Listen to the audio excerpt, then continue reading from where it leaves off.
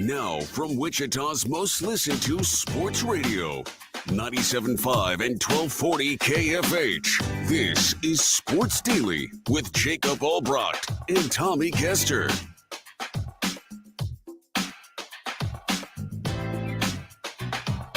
Hey, welcome in, everybody. It is a Thursday here on Sports Daily. Jacob Albrecht, Tommy Castor alongside you. Jad Chambers producing. Jad Chambers in charge of that IHOP hotline at 869-1240.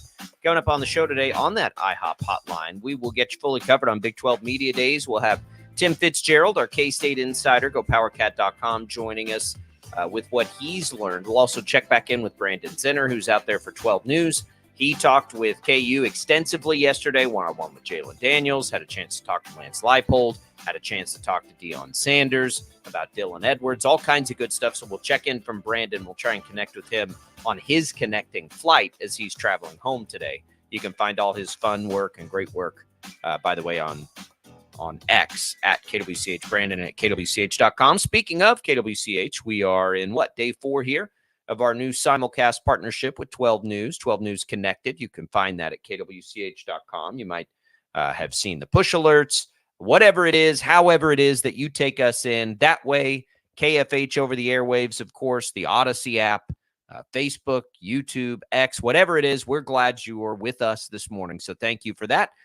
And we'll have something for you. We'll give away 2 prizes today. We'll give away some NBC World Series tickets, and we will give away some HTO iced tea and free reign coffee. Welcome in, everybody. Tommy, good morning. How are you? I'm good. Good to be here today. Happy Thursday. Fun to watch a little doubleheader baseball yesterday for the Royals. And, that was fun. It, kind of got a double dose after the rain out on Tuesday. And really, couldn't have worked out any better for Kansas City. So looking forward to get into it today. We felt a little bit of doom and gloom there in game 1 until that, big Salvador Perez home run. It was like, oh, no, we can't keep going. And what's happening, I think, is that the offense is waking up. We've now come to the conclusion that this is going to be a very streaky team. Not a bad thing, right? You got to ride those low waves, though. Streaky team won the World Series last year. I say it all the time. They got hot at the right time, and they became a juggernaut in the postseason. There was not a perfect season for last year's World Series champion, but they were streaky, and it timed out well. Hopefully the same thing can be true for the Royals. They're very streaky. And hopefully the end of that, downward streak now is in the last several games. They've sort of exploded and woken up offensively. 2 games on the road against that franchise historically, and just this year. That's, one of the hotter teams in baseball. Feels like a pretty big deal. I know it means a lot to Royals fans. I know it does. The big brother aspect of the I-70 series. Totally get it. Just for this year, though, throwing that all aside, it could have a big impact on decisions that the Royals make. It certainly had a big impact on the standings. The White Sox got one from the Twins yesterday, did the Royals a favor. So now in the wild card, just a half game back of Boston, 2 games back of Minnesota. And so, Boston sits there. That's what's next. You get a day off today. You get your top 3 pitchers in the rotation, riding a 3-game win streak. And you can flip that upside down real quick and in a hurry because Houston's right on your tail. Houston's won 7 out of their last 10. The Rangers have won 7 out of their last 10. They're not there yet, but they could be.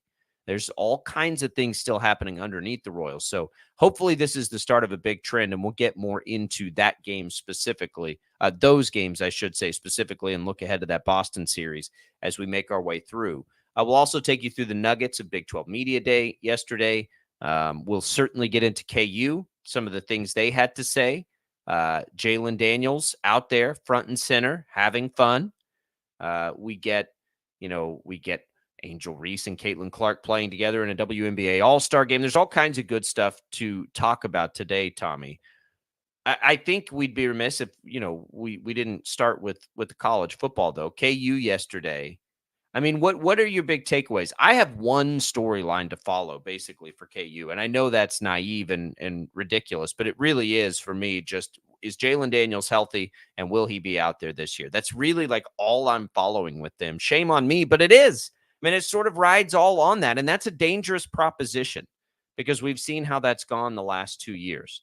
But it just it keeps making me wonder, what are the chances that he's just healthy for a full season? I think they're low. Well, I don't know. I mean, I think the difference between last year and this year going into it is that the stakes are going to be higher, I think, for Jalen Daniels to be healthier this year than last year because, KU had probably the best backup quarterback in the country in Jason Bean.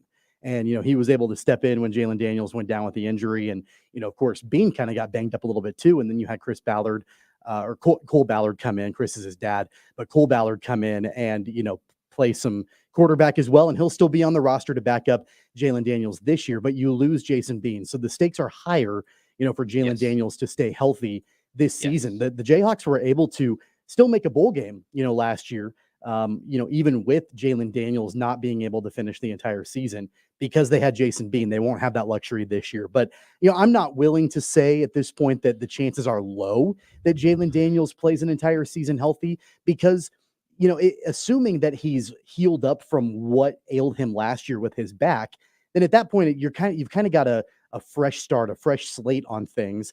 And I'm not willing to say that, I think it's going to be likely that he goes out with an injury this year. You don't know that. You can't prove that. But how can we assume that he will be there when he hasn't been there and it's a back injury? That's my thing. I hope. Yeah, but we're months removed from, him being injured with that back injury. Like we're a long ways away from that. A lot of time has passed. It'd be one thing if that was the only thing, but he's had a lot of injuries pile up on him now.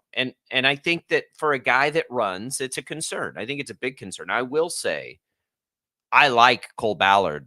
From what I saw, I like him quite a bit. And I very much think he could just be the next in line. So will he give them what Jason Bean was able to with all that experience last year? I don't know. But I think, as a passer, his upside's probably higher than Jason Bean's was. So here's what I mean by all of this.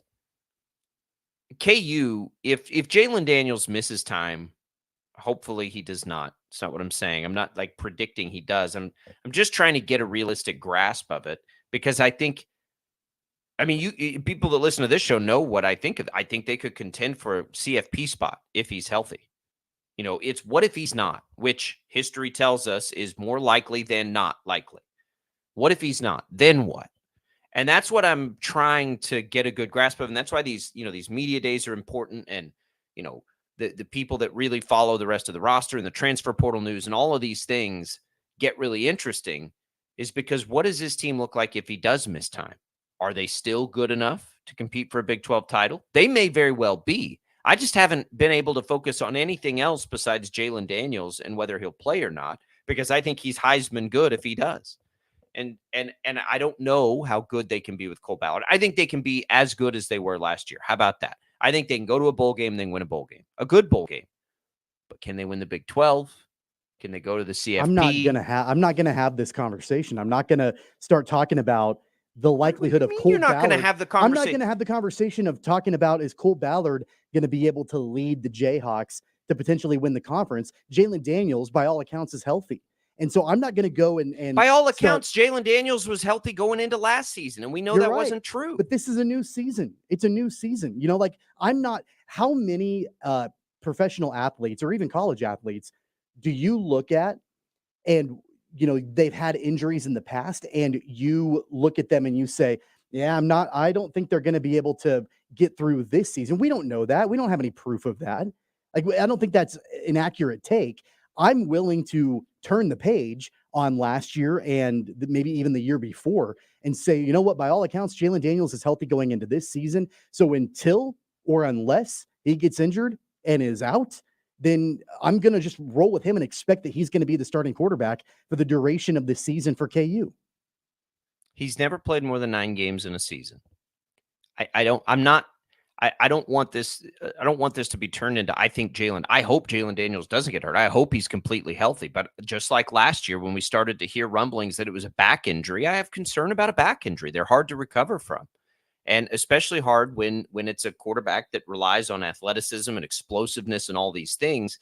And I do think it's completely reasonable to wonder about if he misses time, what does the team look like? Because he's missed time every season. And we knew last year if he missed time, it would be Jason you can wonder Bean. I think you can wonder about it. That's fine.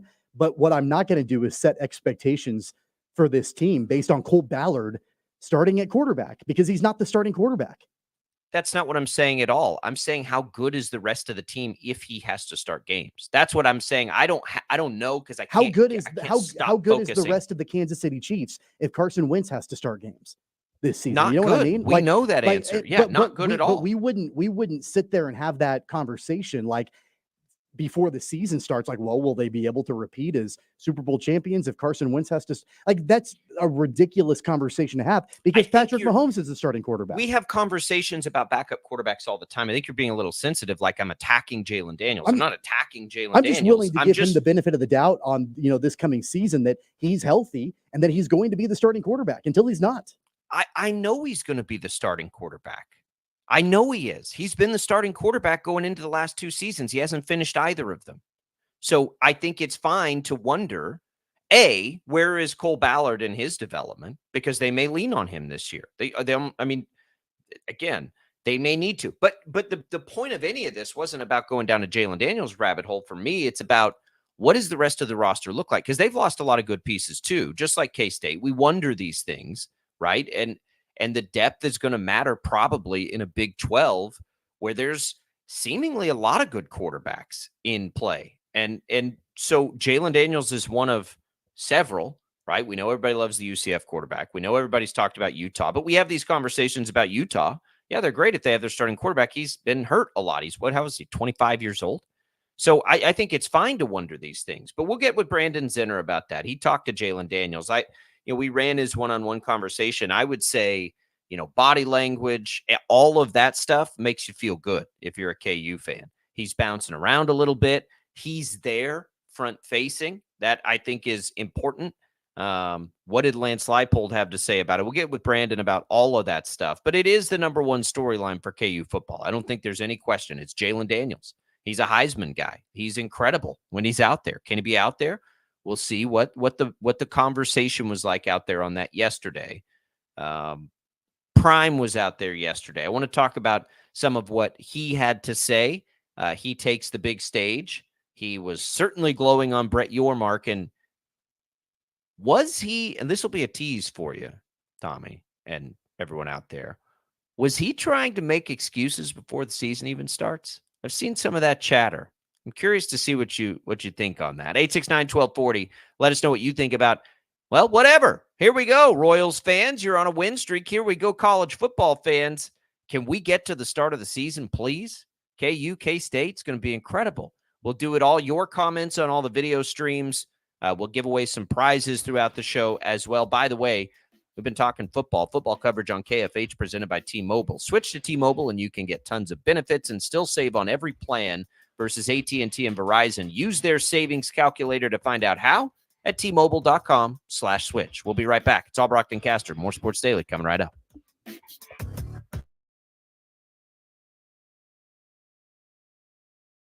Start your day right. Start your day with 12 News This Morning.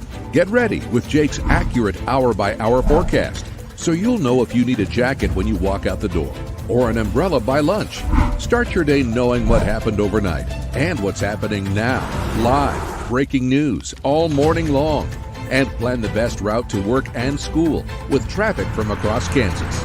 Start your day right. Start your day with 12 News This Morning on KWCH and KSEW. The cornerstone of Investigate TV is investigative journalism. Should this be better regulated? How big of a problem is that? We want to get answers. We want to teach you something. Should they be revoking these certifications? Should I be concerned? And it allows us to tell the best of the best stories and show them to you every day. Sometimes people tell us, I don't get it, it's just tea. But let me tell you, we are so much more than just tea. With more than 25 flavors, the possibilities are endless. Come on in and try them all for free to find your favorite or get us on the go for your busy lifestyle. And don't miss happy hour every day for half-price cups of tea. So the next time someone tells you it's just tea, tell them to come by and find out why we say drink tea, be happy. Clouds are not just the canvas of our imagination. They tell a story. clouds affect the events of your day. Sometimes they growl, sometimes they inspire, but they're always the messengers of nature's mood written in the sky. Storm Team 12 understands the language of clouds. We're dedicated to decoding their message so you know what to expect. Behind every cloud, there is a story waiting to be told. Trust Ross Jansen and Storm Team 12, alerting you first to the impact on your life. When you need help, remember, you're not alone. We are here. We are neighbors. We are together. We are Kansas.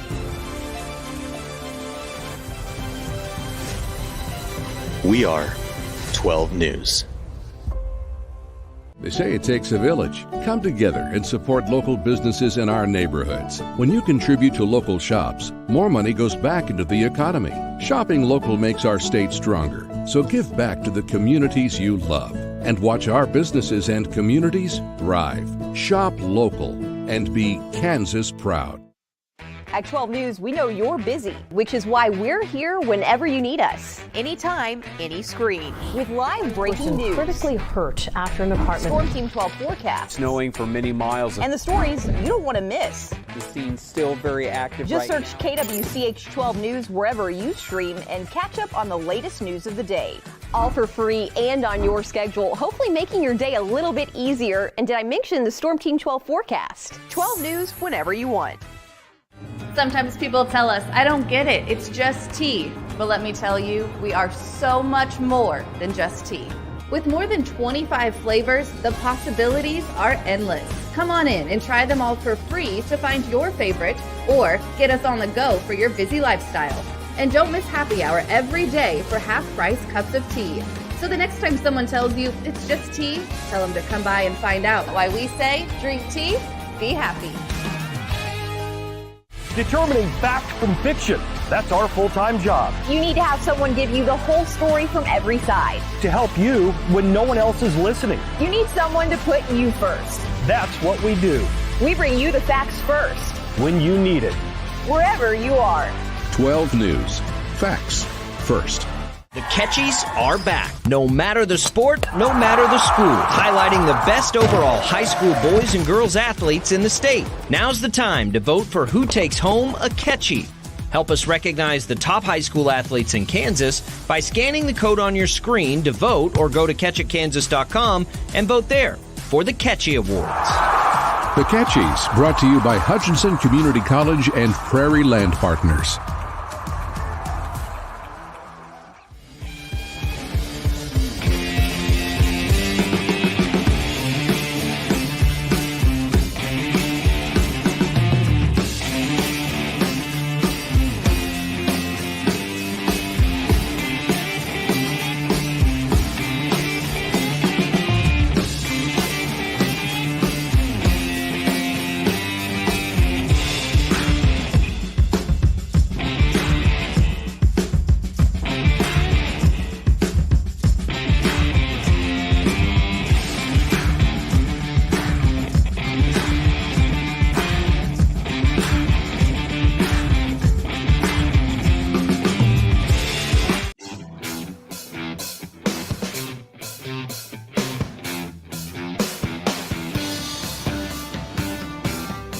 All right, welcome back in, everybody. Sports Daily here on KFH. Want to win some HTO, free iced tea, and free rain coffee? All you got to do right now is text the keyword T, T-E-A, to the short code 20357.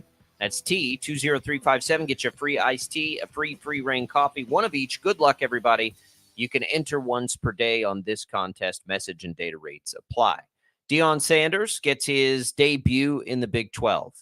I thought, Tommy, he was going to get all the attention. He got a lot of it, and he was prime, and he's out there front facing. And here we go with the Buffaloes. What'd you think of prime out there at that first look? Well, he did mention, I think the thing that really made the biggest headlines was that he said that he's being judged on a different scale than everybody else.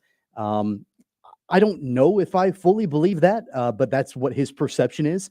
and he says that, his wins are totally different than everybody else's wins. And I don't know if that's really, accurate, because a win is a win is a win, in my opinion. And I get it that there's going to be more attention on him. There has been ever since he entered the coaching ranks. They went 4-8 last year. Colorado did. So I feel like I judged that accurately. I feel like I judged that appropriately, that they were 4-8. They were not a particularly good football team. They got a lot of attention, and rightfully so at the beginning of the year. They had some pretty high profile wins early on, and then they kind of got figured out a little bit, and things fell apart from there for Colorado.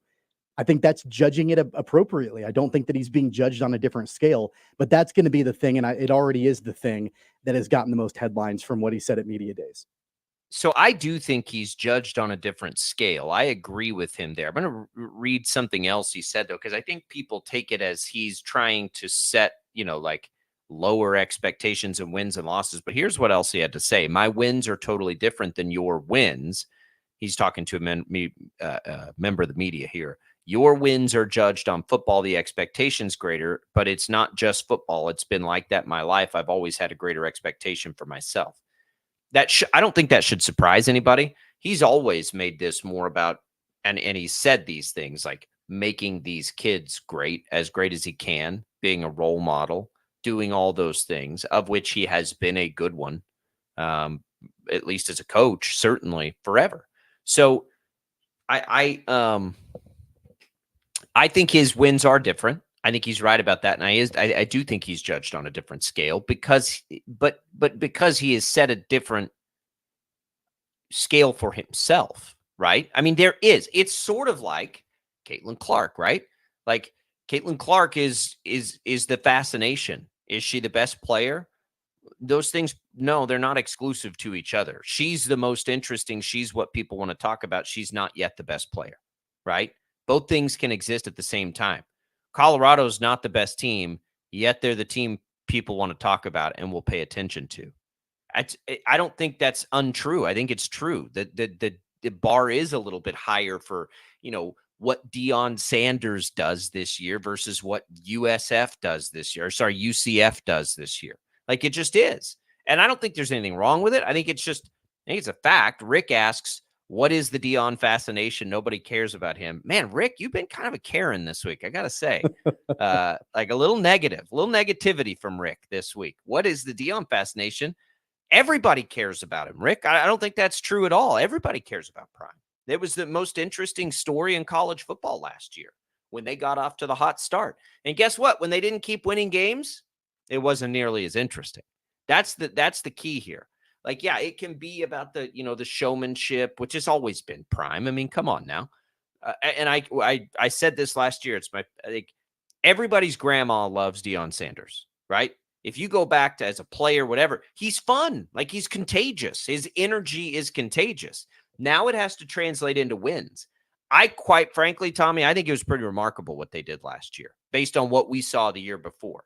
Now, is that where they want to be long-term? Of course not. No chance. They want to compete for championships. But when you think about what they were 2 years ago to what they accomplished last year, I thought those were big steps. I don't think there's a coach in America that could have done a better job at Colorado after 2 years ago than what Prime did last year. I just don't think there is.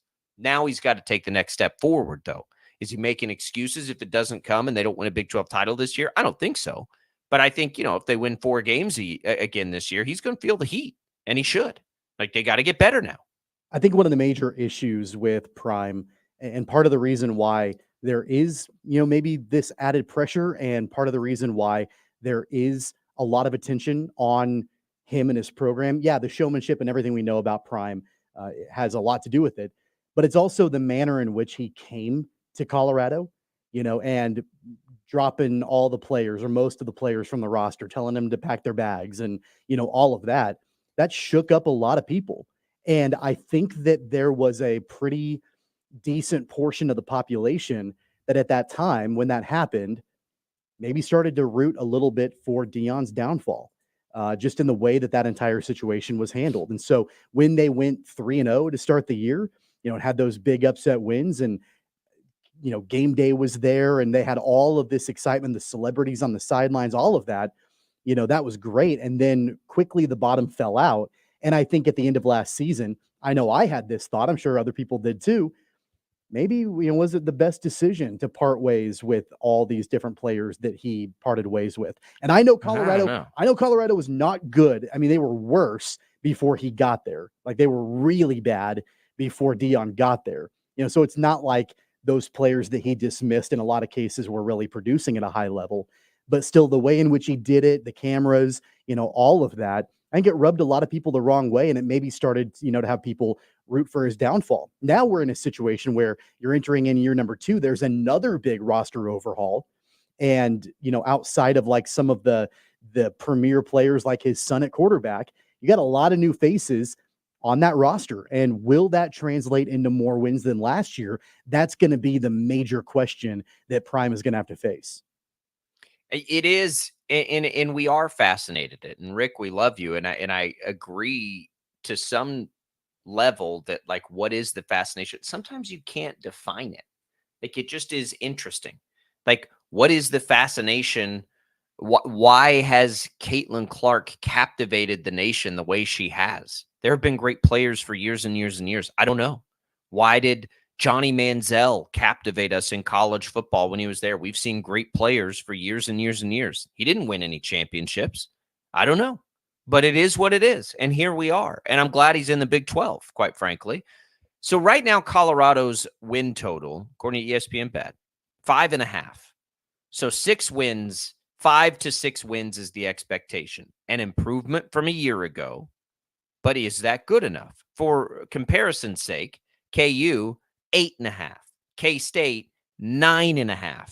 Neither of those bets I would touch, by the way. Those are high. It makes me excited that they're that high, but man, those are high. But let's look at Colorado's schedule here. So outside of their Big 12 games, they play North Dakota State, they play Nebraska, and they play Colorado State. Not an easy non-con. In fact, it's a pretty difficult non-con. In the Big 12, Baylor, on the road, Central Florida, at home, Kansas State, at Arizona, at home, Cincinnati, at Texas Tech, at home, Utah, at Kansas, at home, Oklahoma State. Their Big 12 schedule, Tommy, is brutal.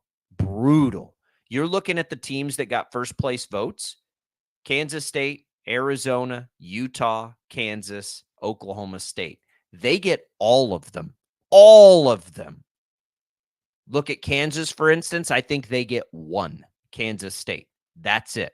We need to talk at some point about KU's schedule. It's advantageous. But that's so we're looking at this season, and that's what I think maybe people are wondering, is he setting it up? Because they play all the best teams in the league. They don't play any bad teams at Baylor. You could make a case for Baylor, I suppose. And then you've got Nebraska on the road in the non-con. North Dakota State, we know all about North Dakota State in a rivalry game. I don't think they're getting over 5.5 wins this year. I don't think there's any chance. And so, like, what does that mean for what this season is? I think what has to happen for him to, for the narrative to be that it was a fine season, I don't think they're getting the 6 wins. I can't see it. But I do think if they can get close and then they're, let's just call it, a better team and more competitive in all those Big 12 games, I think it'll still feel better. And then the next year, that seat, well, it's not going to be hot because of the attention and everything he's brought to Colorado. But from a wins and losses perspective, it would be hot at that point. I mean, can you see 6 wins out of this schedule? Their schedule is terrible. Yeah, it's tough. And it's kind of like hey, welcome to the Big 12. Welcome to this new conference. Welcome to, how things are going to be a little bit different, for you this year. And it's not like for Colorado that the, last year in the Pac-12 was a cakewalk. They went 1-8 to finish out their season in Pac-12 play. So it wasn't a cakewalk for them, but you're talking about teams that they played last season that, I think a lot of them, I'm not sure you can compare or hold a candle to the competition that they're going to be facing in the Big 12. Is it the SEC? No, it's not. But, I do think it's going to be a step up, at least competition-wise, from who they faced a year ago. And then you even go back a couple of years ago when they were still in the Pac-12. And I think didn't they finish that season 1-11, playing Pac-12 teams. So it not only are you, you've not had success in your former conference in the last couple of seasons, but now you're entering into a conference that I think is objectively better than where you're leaving. So that's going to be a big part of it too. I have a hard time, kind of like you, I have a hard time finding those wins. Yeah. And, I don't know that, I also don't know that the Pac-12 was really, really good last year. So I don't want to take away from the Pac-12 last year. It was outstanding. But so again, like they play all of the teams, all of them who got first place votes. Colorado does. Let's look at Kansas's schedule. We know they'll play Kansas State. That's it. Of the teams that got first place votes, Tommy.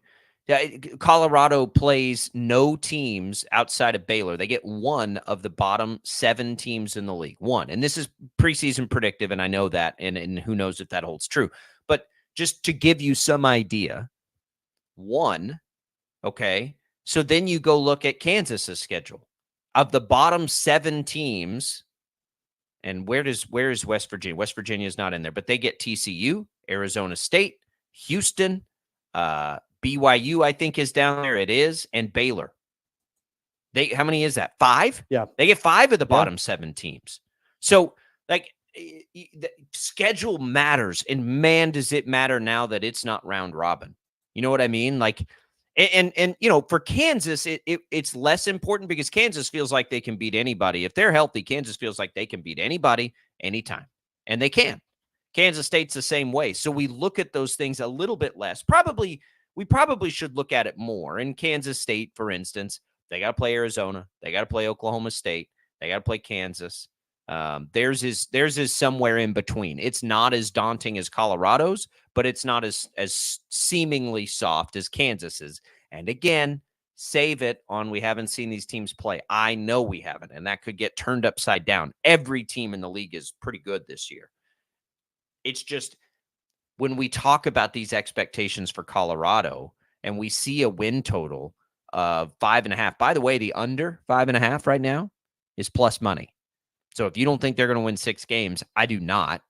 You can get that at plus money right now. I don't like futures bets. They take too long like that for plus 110. Like, I'm not going to wait a whole season to see if that bet pays off. But just to give you some idea, people are betting on Prime. I don't know how you can do that. I do think they'll be better than they were a year ago, but I don't think it's going to lead to 6 wins. I just don't. They don't play enough non-conference games. So if they're better than last year, but they're not going to hit 6 wins, they're going to win 5, right? Is that kind of what I mean? Well, I know, and that's where the win last year, but they're not going to get to 6. That's where the wins. Let me ask you this then: will they win more than 1 conference game? I would say there's a decent chance. Yeah, I mean, I think I bet they'll win 2. Looking at their schedule, I can see 2.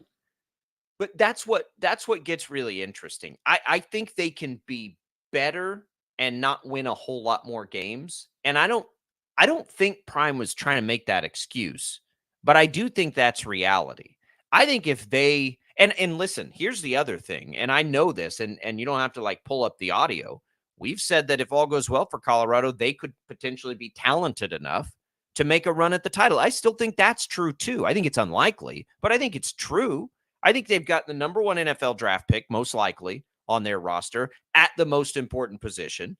I think they have a Heisman candidate, another one that plays 2 different positions, one on offense and one on defense. And they did lose a lot, but they also added more talent than they had a year ago, I think, overall. They're a total wild card in all of this. I don't think they're getting to 6 wins, but I think they could get to 10 if all went well. I don't know, like, their floor and their ceiling is as wide as any I can remember, right? Like if you're thinking best case scenario and worst case scenario with the team, just look at the Big 12 and think of best case, worst case.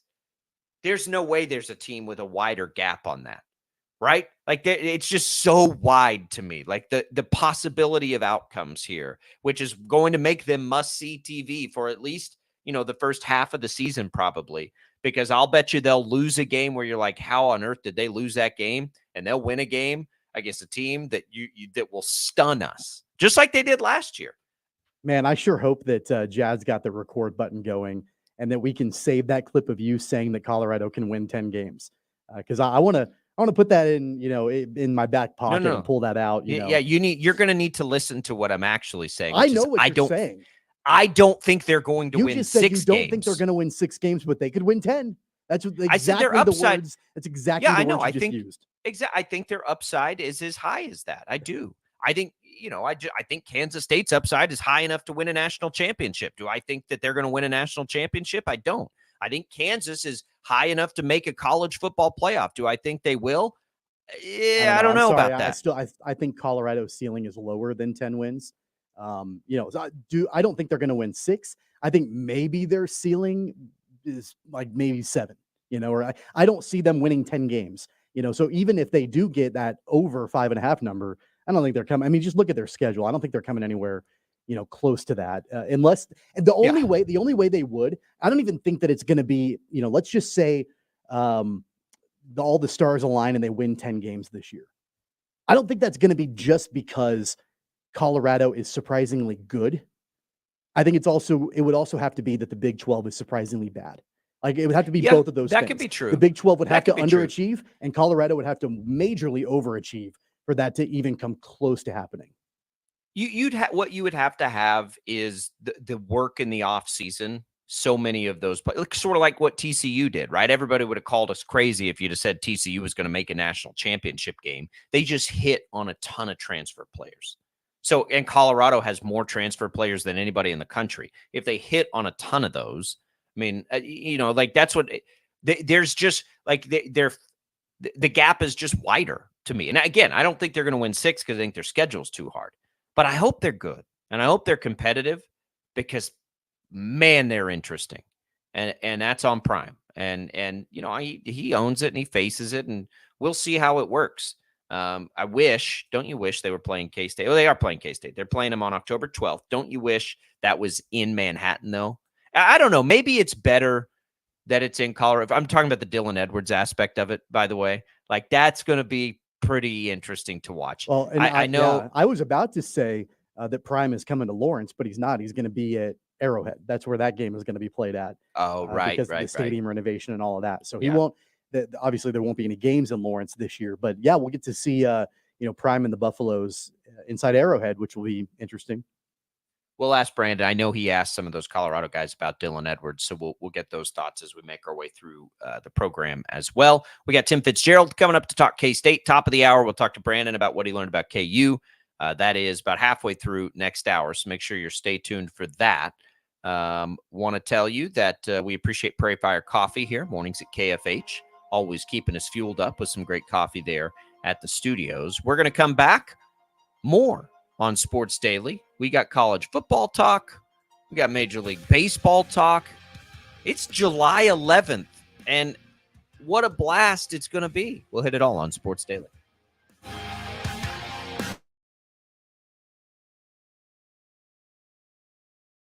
Start your day right. Start your day with 12 News this morning.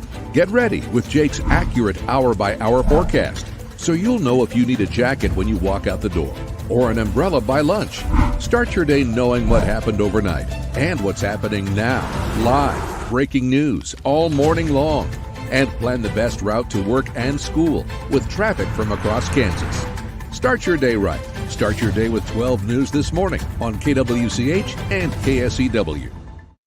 The cornerstone of Investigate TV is investigative journalism. Should this be better regulated? How big of a problem is that? We want to get answers. We want to teach you something. Should they be revoking these certifications? Should I be concerned? And it allows us to tell the best of the best stories and show them to you every day. Sometimes people tell us, I don't get it, it's just tea. But let me tell you, we are so much more than just tea. With more than 25 flavors, the possibilities are endless. Come on in and try them all for free to find your favorite or get us on the go for your busy lifestyle. And don't miss happy hour every day for half-price cups of tea. So the next time someone tells you it's just tea, tell them to come by and find out why we say drink tea, be happy. Clouds are not just the canvas of our imagination. They tell a story. Clouds affect the events of your day. Sometimes they growl, sometimes they inspire, but they're always the messengers of nature's mood written in the sky. Storm Team 12 understands the language of clouds. We're dedicated to decoding their message so you know what to expect. Behind every cloud, there is a story waiting to be told. Trust Ross Jansen and Storm Team 12, alerting you first to the impact on your life. When you need help, remember, you're not alone. We are here. We are neighbors. We are together. We are Kansas.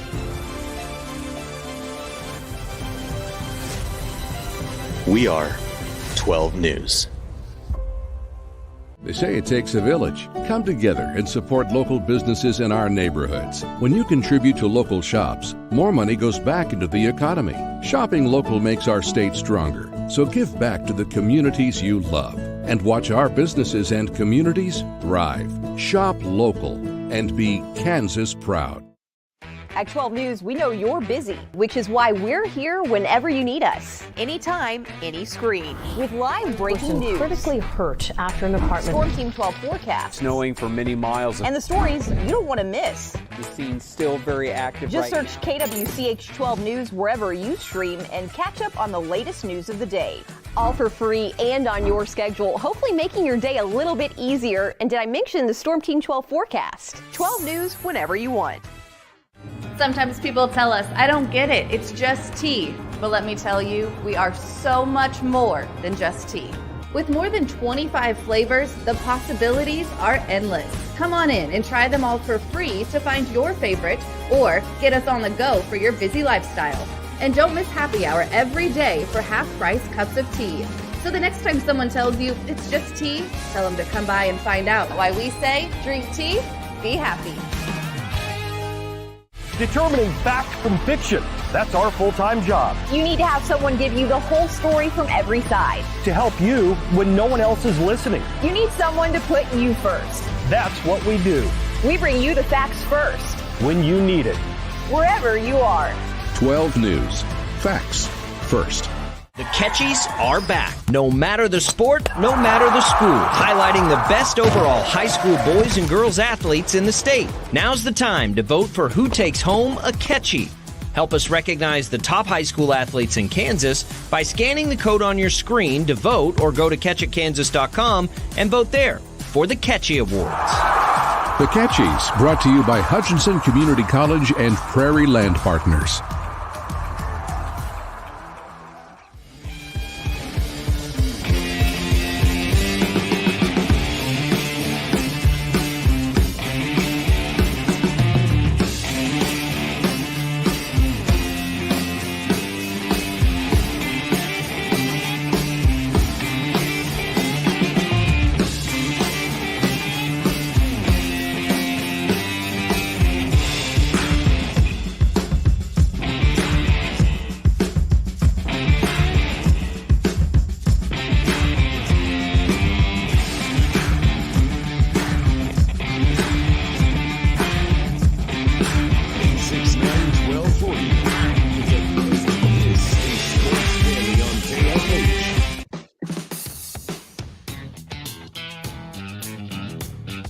On your way to work and want to keep listening to Sports Daily even after you park the car with the Odyssey app and Odyssey.com, you can. Just download the app or visit Odyssey.com, search for KFH. Download the Odyssey app today to get started. You can also use that Odyssey app to listen to Royals baseball, but not today because they're not on today. It's a day off after a doubleheader sweep yesterday. Salvador Perez, a home run in each of the 2 6th innings. He's heating up. Royals offense is heating up overall just in time because they're about to play some really critical games against the Boston Red Sox starting tomorrow. We look at that, Tommy, yesterday. There's nothing that's going to change, I don't think, outside of something absolutely catastrophic over the next 20 days to make this must-see TV, interesting, following every trade rumor, like all of it. It is so nice to be back in this sort of mix. But here we go with Royals baseball. That I know that has historical, value to Royals fans to beat that team that way in a doubleheader. But even more than that, it just had to happen because they kept losing ground, and now they're right back in the mix with a chance to do something against Boston and get themselves back into the playoffs. I think the most important thing about the two games yesterday is what has been the overall Achilles heel for the Royals this season. It's been games on the road, right? Like if you want to look at it overall, like, yeah, there are holes in the team and, they've got issues, all these different things we've talked about. But overall, the biggest issue when you look at their record is their record on the road. They are one of the best teams in baseball at home, one of the worst teams in baseball on the road.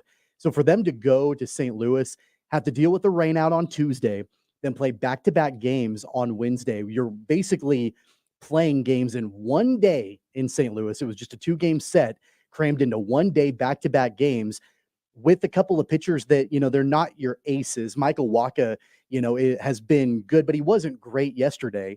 And then same thing with Alec Marsh. They're not your aces. They're not the top of the rotation, and you're on the road and you win both of those games.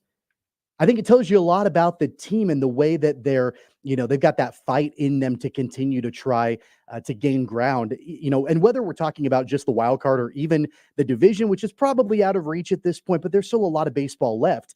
They could easily just pack it in and say, we're not a great road team. And so, at the very, very most, like, let's try to get a split, in this doubleheader. They win both of those games.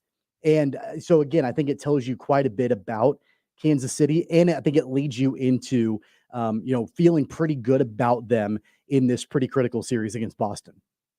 I think the way that they won them matters. Sort of a comeback in the first game, and then not letting it unravel when it looked so many times in the second game like it might. That's on the offense too. In this, especially the second game. I mean, how many innings were there where the Royals would jump out to a 2 or 3 run lead, and then the very next half inning, the Cardinals would cut into it? And then the offense would get another run or two and then kind of extend that lead a little bit more. Like the offense really, I don't want to say they bailed out the pitching. Pitching wasn't great last night in the nightcap, but it wasn't amazing. But the offense continued to, keep the Cardinals at bay and not allow them to get back into the game, which was great. Yeah. And I think it's the offense doing that is, you mentioned the road has been the story of their struggles. It's really been the offense on the road. If you want to get even more specific, their offense on the road has really let them down. Last 3 road games, 3 wins. They're averaging 8 runs a game, 24 runs over those 3 games. Now, in those first 2 games against Colorado, in a place where you should score tons of runs, they did not, a combined 3. So that's what I mean. Like, is the game against Colorado on, what was that, Sunday? Is Sunday's Colorado game that linchpin moment? Because it could be when you're talking about a streaky team like this. And if it is, and they can stay hot here, you get 3 games on the road, okay, against Boston, which we don't have to tell you why those are so important, but they are. You get 3 of those on the road with your 3 aces on the mound. Maybe the offense is on a bit of a hot streak. Then you get the All-Star break, a real chance to dig in for the front office. And then you come out of it, and Tommy, your next stretch of games, at home, White Sox, at home, Diamondbacks, at home, Cubs. Then you go on the road, but it's for the White Sox and the Tigers. Like that, you're talking about a stretch of games there. The next, what is that, 19 games? Like they could really, like, their eyes should be enormous after the All-Star break if they can hold court here against Boston and try and at least win that series. Now you're cooking. And that's what, when we do these things, when we talk about all the different reasons why it might be out of reach for the Royals to make the playoffs and the metrics don't like them, and there's just too many good teams in the mix. Yeah, but they're about to hit a part of the schedule. These are the things that I think sometimes get missed in those analytics or odds or anything. Who they play over a course of time. They've played a pretty tough schedule. They haven't had a lot of decent stretches in it lately. And streaky. How do you how do you take a quantitative approach to streaky? But we all know it exists.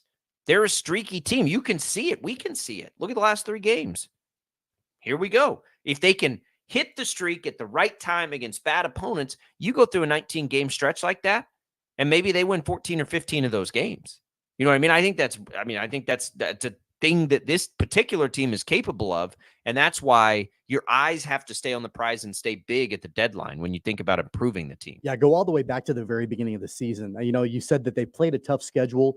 I would agree with that, except for the very beginning of the season. They got out of the gate with a fairly easy schedule, and they were streaky good to start off the year against bad opponents, and that allowed them, that kind of propelled them, you know, to have this winning record before kind of the tougher games set in for the Royals. And so you're getting into this other stretch, and we've done this a few different times throughout the season where you break it up into chunks, you know, and so you've got this 3-game road set this weekend against the Red Sox. You mentioned the All-Star break, but then the 19 games after that, I think you break it into like the next 19-game chunk, you know, and what's the win-loss record in that chunk? They're back to 8 games over 500 going into this weekend set against Boston. They can take 2 or 3 if they can enter the All-Star break, you know, and if they do take 2 or 3 at that point, they're back in the wild. They're going to have a wild card spot by the time the All-Star break hits. I think you feel pretty good about that, knowing then what your opponents look like once the All-Star break is done. So 19 would be when you get back into it. So let's take it 16, because then you get the Boston series. Let's just look at the 16. They'll play 16 straight games after the All-Star break, Tommy, against teams that are not currently above 500. And a bunch of those games are at home. Like, take care of business. And we'll look specifically at the Boston series tomorrow. Again, they're off today. But this should time out nicely for the Royals to be aggressive, at least like I want them to be at the trade deadline. And then let's go. It's going to be awesome in the fall. Late summer, I guess I should say. 869-1240. That's the IHOP hotline. It'll be busy in the second hour because we've got Tim Fitzgerald. Go powercat.com. He'll jump on, talk K-State, what else he's seen at Big 12 Media Days. Curious for his take on all of it. And then we'll get Brandon Zinner in. I try to connect with him on a flight change because I want to hear what he learned about KU football. What else besides Jalen Daniels is being talked about there as it comes to KU? That's all coming in hour number 2. Another giveaway for you, NBC World Series tickets. Don't go away. Albrocht and Caster, Sports Daily, halfway home on a Thursday.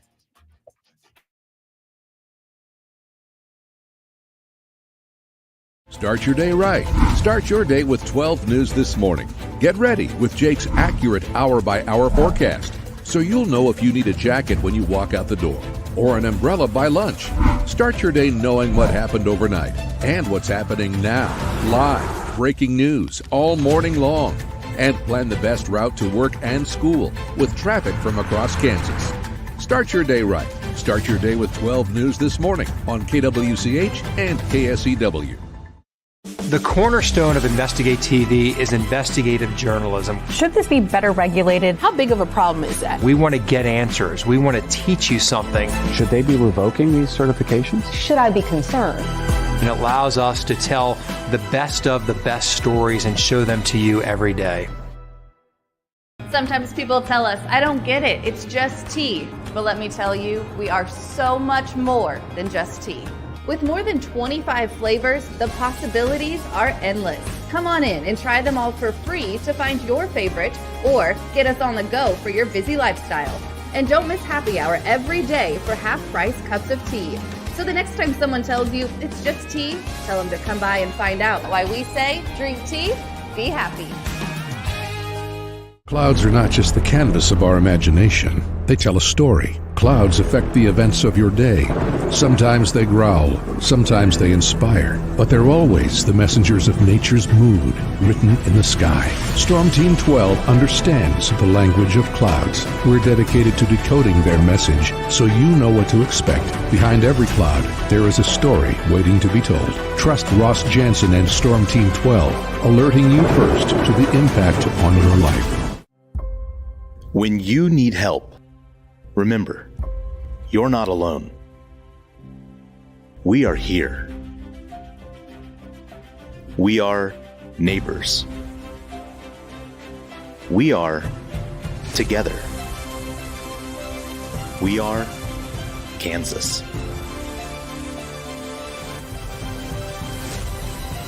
We are 12 News. They say it takes a village. Come together and support local businesses in our neighborhoods. When you contribute to local shops, more money goes back into the economy. Shopping local makes our state stronger. So give back to the communities you love and watch our businesses and communities thrive. Shop local and be Kansas proud. At 12 News, we know you're busy, which is why we're here whenever you need us. Anytime, any screen. With live breaking news. Critically hurt after an apartment. Storm Team 12 forecast. Snowing for many miles. And the stories you don't want to miss. The scene's still very active. Just search KWCH 12 News wherever you stream and catch up on the latest news of the day. All for free and on your schedule, hopefully making your day a little bit easier. And did I mention the Storm Team 12 forecast? 12 News whenever you want. Sometimes people tell us, I don't get it, it's just tea. But let me tell you, we are so much more than just tea. With more than 25 flavors, the possibilities are endless. Come on in and try them all for free to find your favorite or get us on the go for your busy lifestyle. And don't miss happy hour every day for half-price cups of tea. So the next time someone tells you it's just tea, tell them to come by and find out why we say drink tea, be happy. Determining fact from fiction. That's our full-time job. You need to have someone give you the whole story from every side. To help you when no one else is listening. You need someone to put you first. That's what we do. We bring you the facts first. When you need it. Wherever you are. 12 News. Facts first. The Catchies are back. No matter the sport, no matter the school. Highlighting the best overall high school boys and girls athletes in the state. Now's the time to vote for who takes home a Catchie. Help us recognize the top high school athletes in Kansas by scanning the code on your screen to vote, or go to catchitkansas.com and vote there for the Catchie Awards. The Catchies, brought to you by Hutchinson Community College and Prairie Land Partners.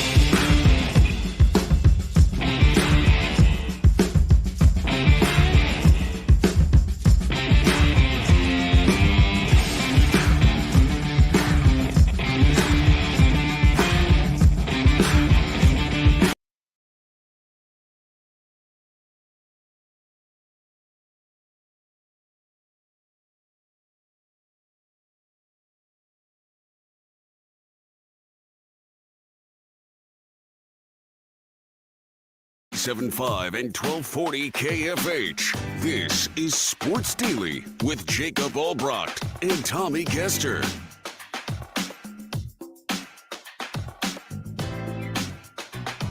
All right, welcome back, everybody. It is Sports Daily, hour number 2 here on KFH. Thanks for tuning in to the program with us on this Thursday. We're trying to connect with Tim Fitzgerald. We'll try to connect with Brandon Zinner. He's going to keep us surprised. Everybody's traveling back from Vegas, so bear with us as we try to beat travel issues and these kinds of things. Also got to beat the hangovers. You got to beat the travel issues. Yeah. You got to beat the hangovers. Is there anything worse travel-wise than a flight home from Vegas? I mean, it's brutal. I've always liked traveling home from Vegas because typically when I leave Vegas, I'm ready to leave Vegas. And nothing sounds better than going home. Yeah, I mean, but at the same time, you're going to feel terrible. Sure. Probably. You're either, hungover in the literal sense because you partied too hard, but you're tired. I guess it's not as bad as if you just want a bunch of money. Then the travel home's kind of nice, right? You get to go home and brag to everybody about how much money you just won. So I guess it can be good, but it can also be really, really, really bad. So I don't think that is the case for either of our potential guests here in this hour, depending on their flights. But maybe so. One of the things as we do work on those connections and everything, and it's fine. If not, we'll connect with them down the road. But you sent me a report last night, and this came from it was John Kurtz, right? Who has been in some way, form, or fashion covering K-State for a long time, but the Big 12 as well. And He put out there yesterday that he was told, was it by Dellinger? Was it Dellinger that said this to him? Yep. That basically the Big 12 has had conversations with some teams out of the ACC, and I don't think I'm surprised by it, but Dellinger told him that Florida State and Clemson have had early conversations. So I think that doesn't surprise me. I mean, it's fun to see that if you're a Big 12 fan. It gets me excited. But I would actually be more surprised if Brett Yormark has not had, quote unquote, early conversations with everybody. You know what I mean? Like, I can't imagine that he's not been on the phone with everybody that could potentially be an addition to the league to try and make the pitch, Yeah. In fact, Dellinger a couple of hours ago put out a tweet. And I'm guessing, I don't know this, he didn't really say this specifically, but that his comments from a radio interview, and I don't know if this has to do with the comments to Kurtz. I don't know where he got this, but my comments from a radio interview yesterday should be taken as speculation about possible realignment options and nothing more. And of course, this is all speculation, right? Like there's nothing that has been, officially, out there as far as this being something that is on the table. But to your point, yeah, Brett Yormark is, somebody that behind the scenes, I'm sure, has had tons and tons and tons of conversations. We know that there are, other programs, other universities that they've been, fairly far down the road with. Gonzaga comes to mind as a university that the Big 12 has talked to about coming on board in some kind of capacity. And I'm sure that, part of it is that the Big 12 as a whole is not willing to, just sit on their hands and wait for other conferences to do different things. They want to be on the forefront. They want to be the disruptor. Well, and why wouldn't they be, right? And here's the other interesting. So when you sent me that, I was like, okay, that's that's going to get some attention, and maybe when it shouldn't. And now that we see that from Dellinger, I think I was probably right about that. But it's still exciting to think about. But what really got my interest in it, Tommy, when you sent it, is what we talked about yesterday, that the Big 12 paid Colorado to come. Because when I see those things and I'm like, yeah, well, you're not going to deal with the buyout. But then I think about that and I'm like, outside the box, that was the ultimate disruptor. The Big 12 was totally willing to do that and make the disruption happen. Why couldn't one of these other leagues do that to the ACC? Whether it's the Big 12, Big 10, the SEC. Don't think there's not copycat in this. Even if it's not the Big 12, what's to stop if the SEC or the Big 10, who have even more money than the Big 12, from saying, you know what, we really think that would finish these things. Let's pool up some of our money and let's help them with the buyout. Yeah, it sounds like, and I've read different articles about this and different kinds of speculation about specifically Florida State and Clemson, and that the SEC, from what it sounds like, is not going to be a candidate for those two teams because they're not AAU accredited universities, whatever. Something, I don't know exactly what all that means. I think it's more about Florida State to me has never been a big enough deal to warrant SEC. Maybe Clemson because of where they were there for a brief period of time, but that may be even waning now. I think if you talk about the SEC, their interest probably lies in North Carolina first and foremost, maybe Virginia. But North Carolina would be the one to me that they would look at and say, we got to be there, because they're not there right now. They're not. Miami's probably, that brand is probably. I think they're private, but they've got Vanderbilt, and Miami's a big market. But I wonder how much of Miami they already have with Florida. I think North Carolina, they're not in North Carolina. They're in South Carolina with South Carolina, right? They're in Florida with Florida. So are Florida State and Clemson that big of needle movers for them? They're probably not. And that's not a knock on either of those schools. Maybe those schools make more sense for the Big Ten. Maybe the Big Ten gets into that region that way. But they certainly make sense for the Big 12. 100% without a doubt makes sense for the Big 12. Some sort of Big 12 ACC merger is, to me, the final best move for college football. Like some sort of collection. And I don't want I don't want the ACC to go away by any means. Like, that's not what I'm rooting for or hope happens, because there's a lot of great schools in there that may not fit somewhere that I would still want to be able to fit somewhere. But that's the best solution to counter the Big Ten and the SEC, is for in whether it's the Big 12 taking leadership on that and just absolutely poaching them dry, whether it's both leagues come together to create this, like whatever that is, that's always to me been the best answer for relevance up against the Big Ten and the SEC. Always has been. And so basically it would, in my brain, it would become, well, who does the SEC want? Because they're going to get whoever they want, right? Whoever it is, they'll just get them. Big Ten probably could do the same thing. So does Big Ten want Virginia? You've heard that over the years. Maybe they want Florida State and Clemson, because that does increase their footprint a little bit. Okay, fine. Big 12 ought to be ready to take all the rest of them. All of them. Like, come on in. Let's go. Because they'll all help the Big 12 and help create that relevance. So, while that report was a little headliney, it doesn't surprise me. I don't think it should surprise us. But I do wonder when I see that, it did get my gears, because I hadn't thought about the conferences assisting in these mega buyouts before.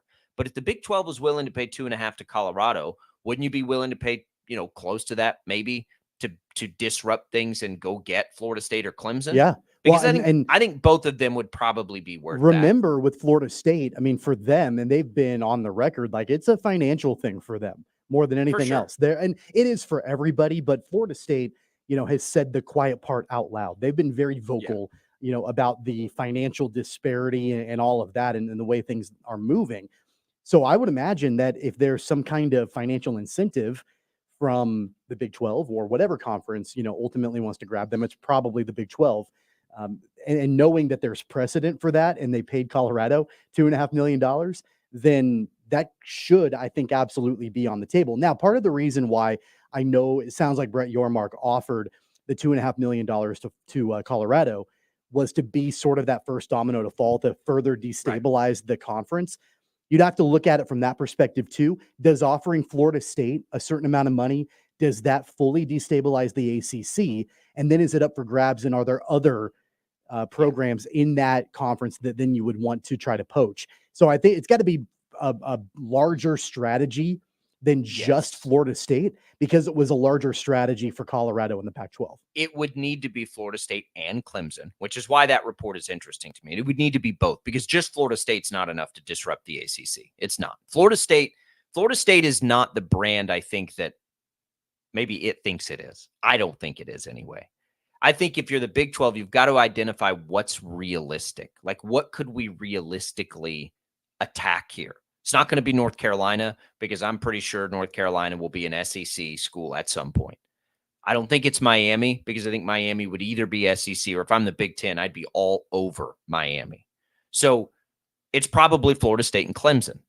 And if it's Florida State and Clemson, that would disrupt the ACC, because they're the strength of the ACC. They're at least two of the 5 big-time strengths of the ACC right now. And so, yeah, I do think you could do the same thing. And here's where I begin to think next level. Okay, they came up with $2.5 million for Colorado. That money doesn't appear out of thin air, right?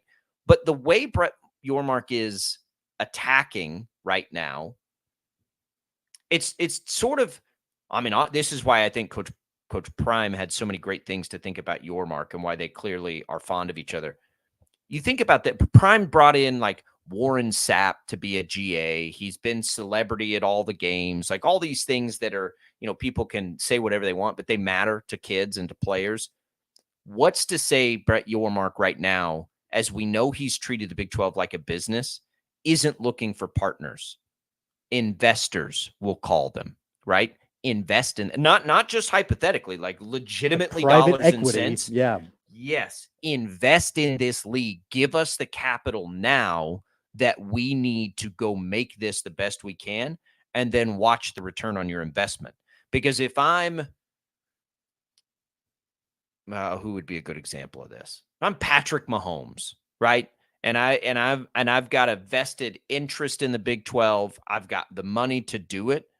Yeah, that's an interesting business idea for me. Or if I'm Totino's or Dr. Pepper, any of those things too. Or even, an equity firm. If they just want to do it on an ROI, then go for it. Because then that gives the Big 12 money to, money that doesn't make sense to us now because we're like, well, they got to allocate TV dollars to XYZ. But if they could take money in and use it in that form, which I think they probably can. I hadn't thought about it until I saw the Colorado thing, but who's to stop them from doing that? They're already trying to make a national brand. Yormark already thinks of this as a business and not a college football conference. So if you're thinking of it as a business and you want to expand and you want to grow, what are you going to do? You're going to go take investments. You're going to go take equity because that cash up front helps you make cash down the road. Why not? I think it's a great idea. From an investment point of view, if you're getting the opinion of, I'm guessing a lot of the private equity groups that are interested in this sort of thing, seems like a fantastic investment because, these conferences are making money hand over fist, so they'll be making more if they can secure big. Did you see the NBA TV deal yesterday? Huge. By the way, It's 11 massive. years, $76 billion. Massive. Yeah. I mean, if I'm investment guy, and I'm not, like, I'm an amateur businessman who's learning on the fly with a couple businesses right now, but I am intuitive and I'm learning where the big money plays. And the big money plays quietly. The big money just, here's some money to go do what you need to do, and I need you to guarantee me X in return. So if let's say I had $10 million and I'm looking to invest, right? I need a safe potential, I need a safe investment. You go to the Big 12, here's $10 million, but I'm going to need, that plus 15% on the way back, or some, even better, some equity stake percentage wise into the league. And I don't know if they'd go that far, but maybe they would. I don't know.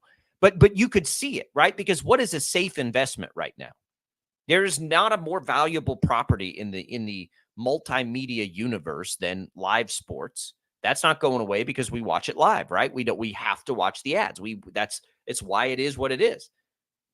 It is. I'd be all over it. If that opportunity was there and I had the money, I'd be all over it because it's safe. It's a safe investment. It is. Yeah. And it's not like the consumers of the product are going away. Right. They're not. This is America. We value entertainment over everything. Yeah. Think about, all the time. They always think about the NFL, and you've always got a section of the people that, they'll say things like, oh, the NFL is so different than it used to be. And it's not, as fun to watch anymore. And they're not as physical, and they're taking, all the spirit away from the game, because of all the player safety stuff. Okay, yeah, you might complain about it, but you're still watching it. I don't know anybody that's like, hey, I'm absolutely 100% boycotting and I'm never going to watch another game. I'm sure there are a few people out there that do that, but more often than not, people just want to complain, but they're still going to consume the product. And so it doesn't matter. Like, that's why it's so safe. It doesn't matter whether you're talking about college athletics or NFL or NBA, whatever you're talking about. Look at Major League Baseball. They implemented these rule changes in the pitch clock and things like that. I'm sure that there are traditionalists out there that are upset about that. They're still watching. They're still going to consume the product, and so that's what makes that investment so safe. The tricky thing on thinking of the conference is because each individual, like school and property, has their own set of finances. But like, it's not out of the realm of, it's not crazy. It's just how much spending power does the league itself have outside of what it allocates to the schools? And I think you just have to, you have conversations and say, hey, presidents, here's what we want to do. We want to get a title sponsorship. We want to do all these things. And the goal for us right now is to grow. It's to grow. This is Wichita, right? Home of the franchise model, right? There's so many successful for Pizza Hut and Freddy's and Rent-A-Center and all the great, whatever. Think of it that way. Your parent company is the Big 12. You're going to take in a capital investment and you're going to spread that out to grow the business. And down the road, that helps everybody. More exposure, more dollars coming in, all of these things. So, hey, here's what we're going to do. We're going to take this money. We're setting this money aside. This isn't your money. This is the money to help us grow the league. That's what we're doing with this money. They're investors. They're going to do it. We're going to return their money. Doesn't change anything you get or whatever. But here's how we're going to do it. I think it's an interesting idea. And I think the guy running the league thinks that way. He is He is a businessman and he is an entertainer, and that is his world. So when I see things like conversations and I see that they paid Colorado to disrupt the Pac-12, July 11th, 2024, don't be surprised if they try to do something like that to the ACC, because then Florida State and Clemson, you help us with the buyout, we're out. We're out. Like we'll join you. If you can figure out a way to get this buyout taken care of, heck yeah. Why wouldn't we jump on board with you? Let's jump to the IHOP hotline real quick, 869-1240. Dave on the line. Wants to talk a little Big 12 football. What's on your mind, Dave? How are you? Good. I couldn't get in a while ago when you were talking about Jalen Daniels, but No I'm worries. with you. And I want to be clear here. I'm not a physician, but I did practice physical therapy for 42 years and saw hundreds of back patients. Here's what bothers me. Unless I have missed it, I have not heard a definite or definitive diagnosis of any kind. It's either back pain or back spasms or this or that. We have spasms for a reason. So until somebody tells me exactly what was wrong with him and why he didn't play those, I'm with you. I don't think he's going to make a full season either. Well, so we're not going to hear that in college because they don't tell us that much about college. It's not like the NFL. We don't hear about the injuries. And it's not even that my point isn't that I don't think he's going to make it a full season. I think that's not likely. It's how much of a season is it? Is it does he miss a game? Does he have to, take a break in a game? Or is it significant time like it was last year? It was more about what's behind him and how good can they be behind him. But yeah, I think if we're looking at it realistically, we have to consider the fact that he hasn't been able to play and that it's a back injury. I mean, it was a problem last year. Clearly, they didn't know when he was going to be back. They just couldn't get an answer. I don't think they still do, to be honest with you. Well, we'll talk to Brandon Zenner about it and see exactly what they said about it yesterday. Like, the what thing is like you said, it may have to sit out a game or two and then come back. Well, if he does that, then that just tells me there's still something wrong, and nobody will tell us what it is. That's they can't. They won't. Yeah, they won't because it's college, and they don't tell us those kinds of injuries, and that's fine. And I appreciate the call, Dave. I think it's more about, can they maintain it if that happens? If that happens, are they fine riding that through with Ballard? Are they? And I think probably they are. It's just, if it's significant, do we still consider them a Big 12 title contender? And that's what I don't know the answer of now. I just don't know enough about what else they've done with the roster. I think that also you can draw comparisons a little bit to Utah and Cam Rising. They didn't have Cam Rising at all last season. And they were great. Yeah.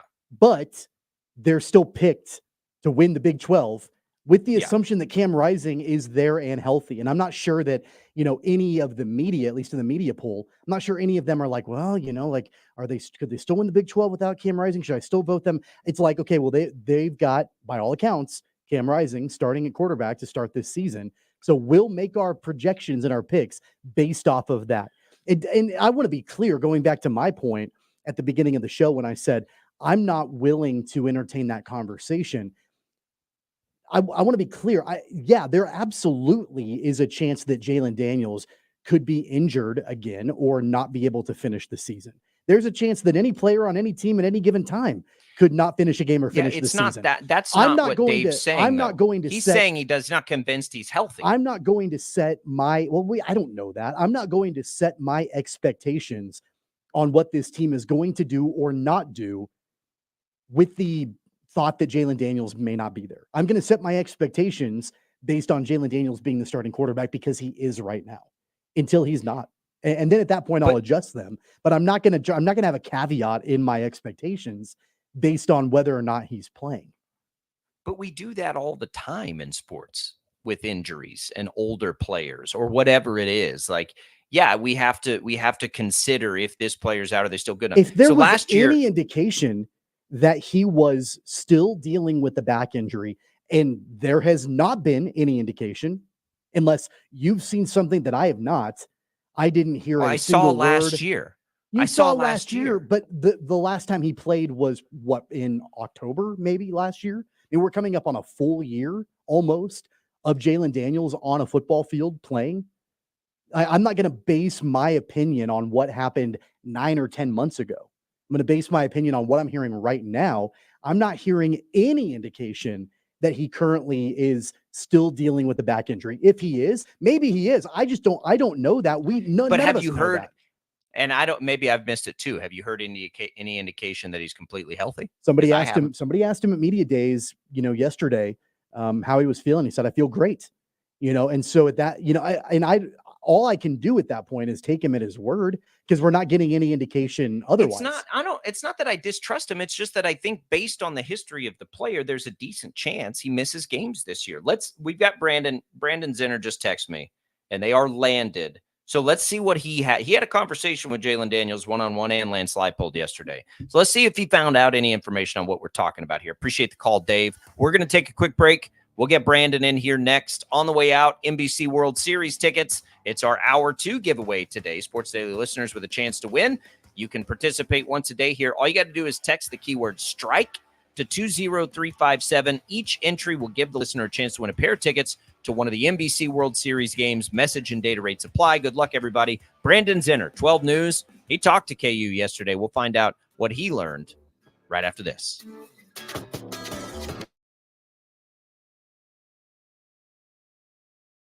Start your day right. Start your day with 12 News this morning. Get ready with Jake's accurate hour-by-hour forecast, so you'll know if you need a jacket when you walk out the door or an umbrella by lunch. Start your day knowing what happened overnight and what's happening now. Live, breaking news all morning long. And plan the best route to work and school with traffic from across Kansas. Start your day right. Start your day with 12 News this morning on KWCH and KSEW. The cornerstone of Investigate TV is investigative journalism. Should this be better regulated? How big of a problem is that? We want to get answers. We want to teach you something. Should they be revoking these certifications? Should I be concerned? And it allows us to tell the best of the best stories and show them to you every day. Sometimes people tell us, I don't get it, it's just tea. But let me tell you, we are so much more than just tea. With more than 25 flavors, the possibilities are endless. Come on in and try them all for free to find your favorite, or get us on the go for your busy lifestyle. And don't miss happy hour every day for half-price cups of tea. So the next time someone tells you it's just tea, tell them to come by and find out why we say, drink tea, be happy. Clouds are not just the canvas of our imagination. They tell a story. Clouds affect the events of your day.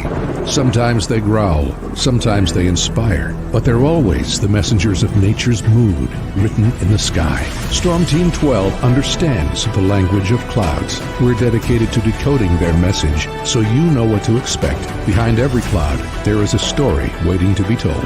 Trust Ross Jansen and Storm Team 12, alerting you first to the impact on your life. When you need help, remember, you're not alone. We are here. We are neighbors. We are together. We are Kansas.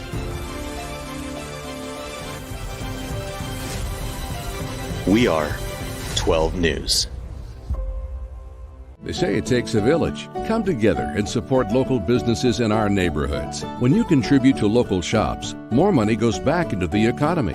Shopping local makes our state stronger. So give back to the communities you love and watch our businesses and communities thrive. Shop local and be Kansas proud.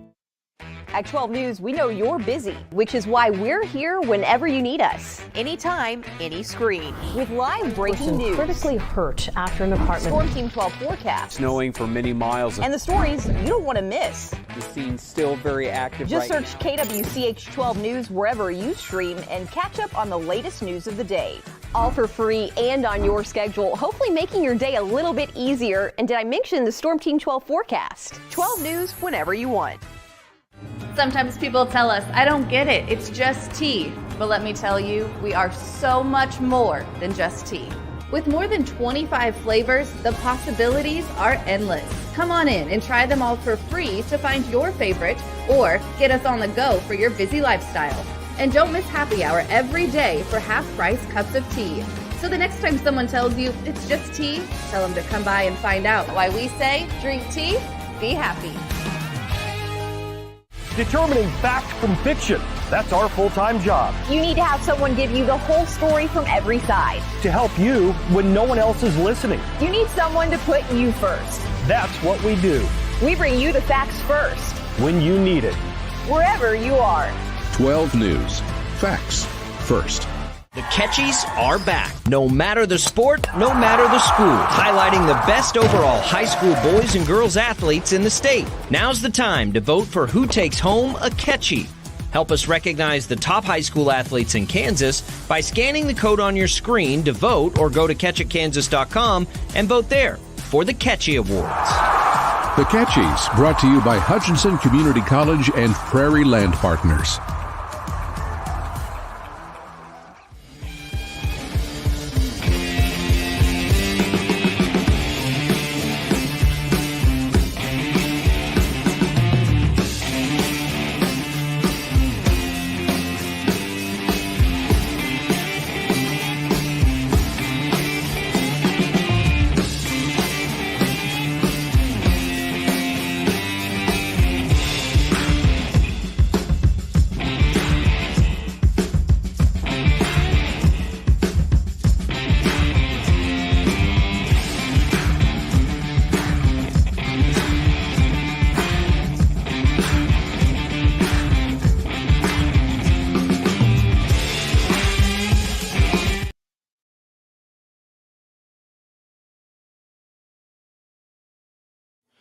All right, welcome back, everybody. We'll connect with Brandon Zinner in just a second. He is on his way home from Big 12 Media Days. Look, if you're a KU fan, there is no bigger storyline. It really is kind of the first opportunity we've had to get a grasp of Jalon Daniels' health. Can he play? Will he play? Can he play a whole season? We're trying to find that out. We'll talk to Brandon and see what he found yesterday. I don't know why you're shaking your head at me, Tom. He missed a whole year last year. I thought about something during the break, and I'm going to relate this to the NFL. How many injuries in the course of his career in the NFL has Joe Burrow had?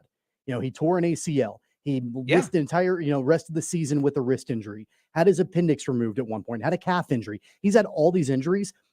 Nobody has the conversation going into like this season about, we have to see if Joe Burrow's healthy before we know if the Bengals. No, we don't. They say, hey, Joe Burrow's going to be back and the Bengals are going to be back to normal. Like that. No, nobody is ever saying like, we have to take into account. People are. No, that's ridiculous. I hear that conversation about him all the time. Here's another one. Aaron Rodgers. You don't think the top storyline for the Jets is if Aaron Rodgers is recovered for his injury? No, I think the top storyline for Aaron Rodgers is will he be able to play? No, not play from a physical standpoint, but coming back from all of that with the teammates he has and the new, can he perform just in general, not about his injury, but can he perform in general? I just don't understand this narrative of like, you're wanting to add a caveat to these expectations when there's no indication that the guy is injured anymore. Other than he hasn't completed a full season ever in the past and had a back injury last year, which linger. I don't understand why you're being so defensive to wondering about Jalon Daniels' health status. It's not about wondering about his health status. It's about I'm not willing to say, this team, we got to make sure. It's just like he's healthy from what we know. So set your expectations based on that until you hear otherwise, until something happens. I don't think we know anything about his health. Brandon Zinner joins us from Vegas now with Big 12 Media Days. We've gone down this rabbit hole, and I don't even know why, Brandon, but I can't get a good feel for Jalon Daniels and if he is healthy. Did you get a feel for that yesterday? Is he ready to roll? Hey, good morning. Thanks for having me, guys. The sense that I got just from seeing him and from talking to people there is if he was not healthy and if he was not going to be prepared to be the starter come week one, he was not going to be there in Las Vegas. You see him in between interviews, in between all of his obligations. He's dancing, he's smiling. He looks healthy. He sounds healthy. And the expectation is that he's going to be the starter come week one. And if the Jayhawks are lucky, if he's lucky enough, he'll be the starter all season long. Yeah, I just don't know. I understand that he's got an injury history and all of that.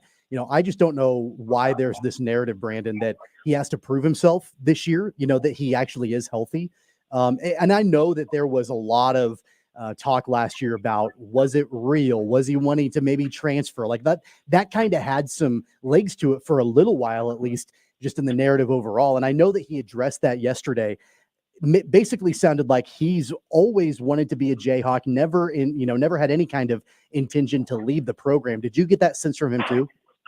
Yeah, absolutely. I mean, the amount of work that he's gone through this program just to get it to where it is.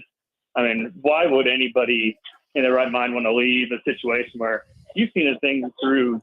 I mean, they were 0-9 in 2020, and then now you have a team that has been on such an upward trajectory. We even saw it in the season when they won 2 games. We saw that, and there were glimpses of them like having some real momentum. And then just what they've done these last 2 seasons. I mean, this is something real. They have a chance to do something special and kind of be remembered at KU. I don't think there's ever been any real team, legitimate team around Jalen Daniels ever wanting to leave, and we're going to get to see it in action this year. I know it's tricky. Brandon Zinner joining us on his way home from Big 12 Media Days in the airport right now, and we appreciate that. It's tricky in college because we don't get real injury reports like we might in the NFL, let's call it. But I almost feel like I got to be careful how I say this. So nobody's just saying, yeah, his back's fine, he'll be ready to roll, he's going to be healthy the full season. It's just if we didn't think he was going to be the week 1 starter, he wouldn't be here. Well, I know he's going to be the week 1 starter. My question becomes, what is the team? Let's say he misses time, because he always has missed time. I don't know how much, but even if just a little bit, how equipped do you think this team is to still be, because they don't have Jason Bean anymore. Like, what do you think about their prospects if he does miss any time at all this year? Are they still good enough to reach that, compete for a Big 12 title, even if he has to miss even some time this year? And those are the questions that Lance Leipold and everyone else had to answer yesterday. They don't have Jason Bean, but we saw Cole Ballard step in last year, and Leipold said that he has never seen a freshman quarterback come in and win over a room so quickly as Cole Ballard did. And he led them. They played very valiantly and were right there in the Sunflower Showdown. That was Cole Ballard. That was leading the way. Cole also stepped into the game where Jalen left, then Jason Bean left immediately, and Cole led them the rest of the way. And I believe that was just a narrow loss at home. I can't remember exactly what game that is, but I think Cole's a guy that's going to step in and give you very good snaps. Then they also have a freshman coming in, Isaiah Marshall, that they like a lot. Was brought up yesterday. So, and then when you just look at all the receiver help, they have all the tools around it, whoever is called on, if it's not Jalen Daniels. And if it's Cole Ballard, he has experience from a year ago. Brandon, there's been a lot of attention, and deservedly so, about the running game for Kansas State, especially with the addition of Dylan Edwards. But the Jayhawks have a pretty loaded running back room as well. I know you talked to Devin Neal yesterday, but then they've also got Daniel Highshaw. They've got Sevion Morrison. There's a handful of running backs that Lance Leipold has at his disposal. What's the sense that you get of these running backs entering into this season, building on the success that they've had in years past? Devin Neal, he's expected to break the KU rushing record this season. We know how valuable that record is to that program. Daniel Highshaw has been great for them in his time. Sevion Morrison, they like a lot. There's also a freshman that I mentioned yesterday, Harrison Stewart, who was an early enrollee, and they have high hopes on him. Devin Neal told me personally, this is a guy that's going to be able to come in and make an immediate impact. And don't forget, Jalen Daniels, he can run the ball as well. And then they have guys like Luke Graham and whatnot they like to do a little bit of stuff with. So we expect this KU rushing attack to be a lot of fun to watch. And yet again, very, very deep. It's hard not to focus on that side of the ball, but at the same time, their 2 all-conference players are on the other side of the ball and in the secondary. And shame on me too, and everybody probably. Is this defense do they have a chance to be like real good this year? Because that's a different dynamic that we're not used to either, and it feels like they might be. Oh, absolutely. Kobe Bryant and Melo Dotson, in my opinion, they're Sunday players. We're going to see them playing in the NFL either after this year or whenever they do decide to go out. But then I went into Big 12 Media Days, wanted to ask more about O.J. Burroughs. He's a guy we saw get really, really good snaps as the season went on. And before I could even ask, Melo Dotson and Lance Leipold made sure to bring him up. This is a really, really deep secondary. And then even on the defensive line, they have to replace a guy like Austin Booker, who's now playing in the NFL, getting set for his first season. But Jeremy Robinson has all the potential in the world. They have linebackers galore as well. This Jayhawks defense was pretty good in spurts last year, and they have a chance to be really good again this year, especially in that secondary. I'm not sure that this is something that really coaches or players necessarily care about, but it is going to be something that is talked about. I know that Lance Leipold was asked about it yesterday. The games that the Jayhawks are playing outside of Lawrence, obviously the stadium there in Lawrence being renovated, so they'll play some games at Children's Mercy. They'll play some games at Arrowhead. From what you could tell, does that change any of the preparation? Does it change anything like that? Is the way the program is putting together their plans for the year, other than just a different location to play their games? No, oddly enough, they were asking, traveling wise, it's actually going to make it easier on them, which is kind of weird. When they play these home games, they stay in Olathe, and so then they bus from Olathe, and so it's a little bit ways away, but they're going to be closer to CMP whenever they do play there. And then whenever they play at Arrowhead, they're also going to be situated where they're going to be closer to Arrowhead, shorter travel the morning of. And they're going to have plenty of resources out there that are set for them. They are practicing on grass floor this year because they have the turf field at home, but they're going to be playing on grass at CMP as well as Arrowhead.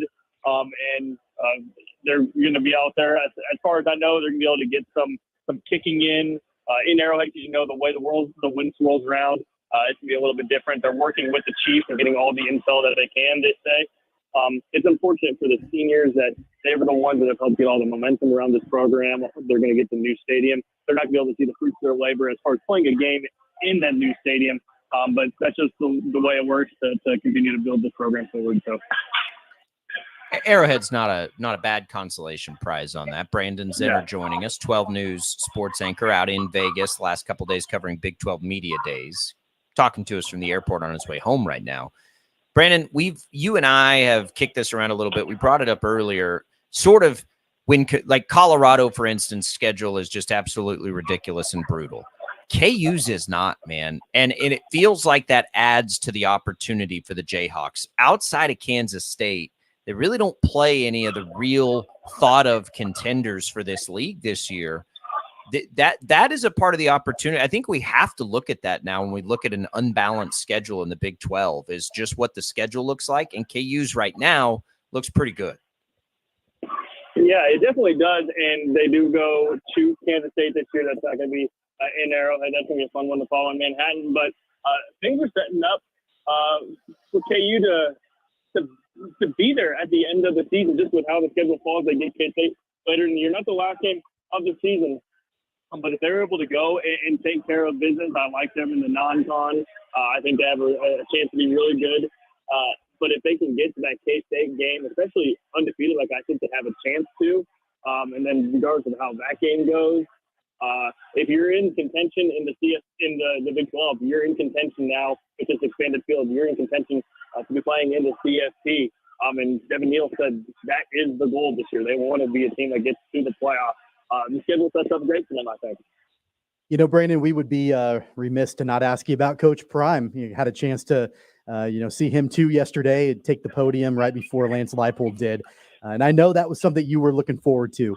And he, of course, he makes headlines because he's Coach Prime. I think the biggest thing, that he talked about was obviously feeling like he's being judged on a different scale than other coaches and other programs. What were other takeaways that you had from his time on the podium? Hey, heavy is the head that wears the crown, they say, right? You want this attention, you're going to get it. I mean, it is fascinating whether he is an entertainer, whether he's trying to be or not. Just as his opening statement, he wanted some juice from the media. Like he wanted, I don't know if it was a round of applause or I'm not sure what he wanted, but he said if it was church, he would walk out. He's very entertaining. And he thinks he's being judged for he's being in the portal so much, but he has these 17 freshmen. I don't know. You can think what you want about him. He's entertaining. He's good for the sport.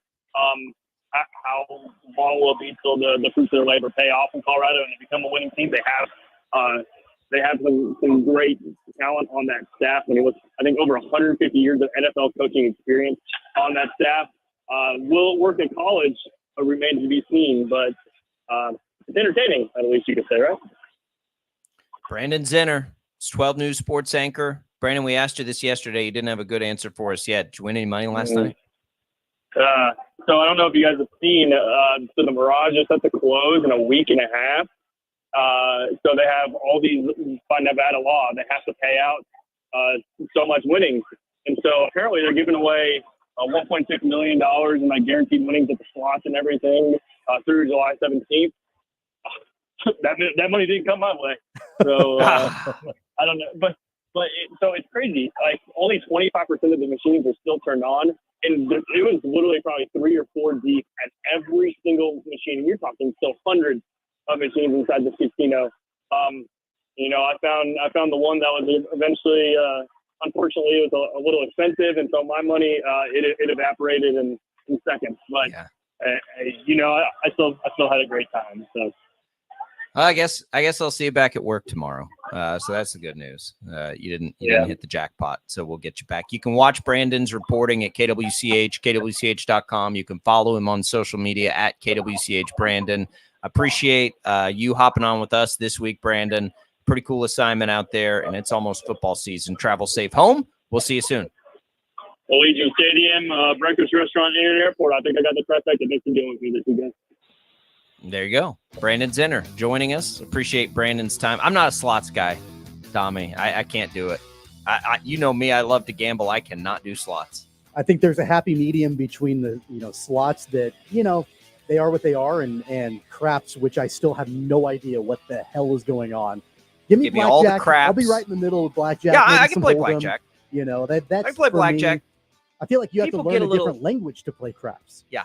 People get a little sensitive at a blackjack table, which I like to get a little rowdier. So craps fits me well. Poker's good. Poker and craps is pretty much about all I do anymore when I go to a casino. Anyway, appreciate Brandon's reporting. You can go back and listen to any of his reporting this week for free on the Odyssey app. You can go back and watch it on any of our visual platforms. 12 News Connected, Facebook, YouTube, X, it's all there for you. We'll come back. More Sports Daily right after this.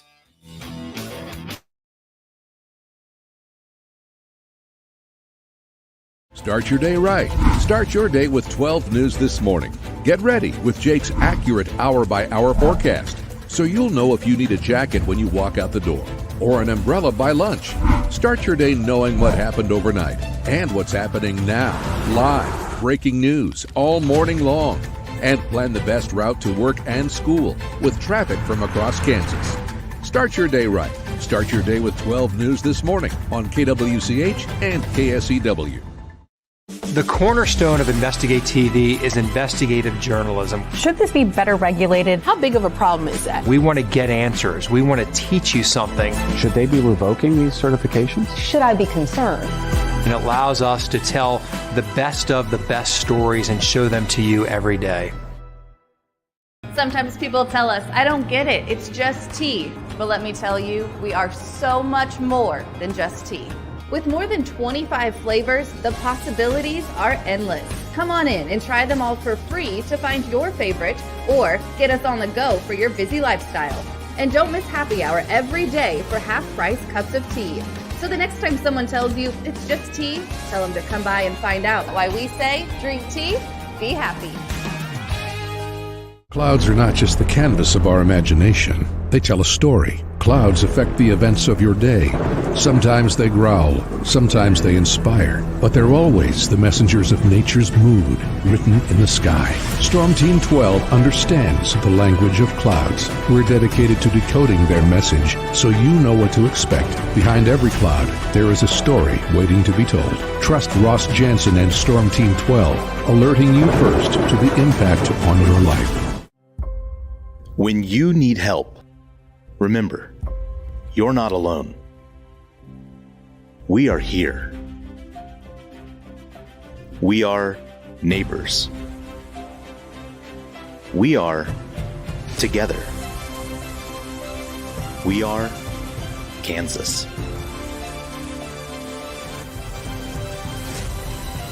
We are 12 News.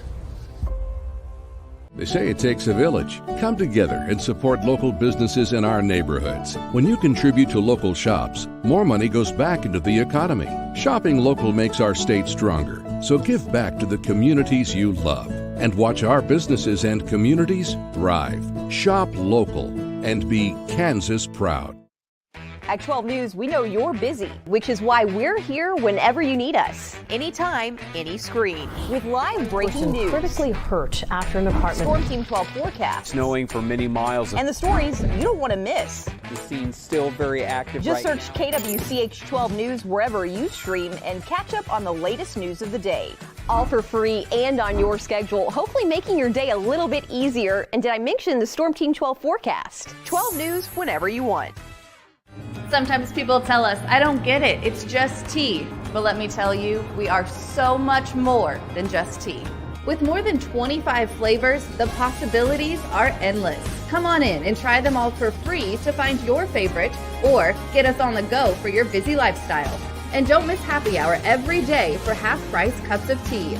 So the next time someone tells you it's just tea, tell them to come by and find out why we say drink tea, be happy. Determining fact from fiction. That's our full-time job. You need to have someone give you the whole story from every side. To help you when no one else is listening. You need someone to put you first. That's what we do. We bring you the facts first. When you need it. Wherever you are. 12 News. Facts first. The Catchies are back. No matter the sport, no matter the school. Highlighting the best overall high school boys and girls athletes in the state. Now's the time to vote for who takes home a Catchie.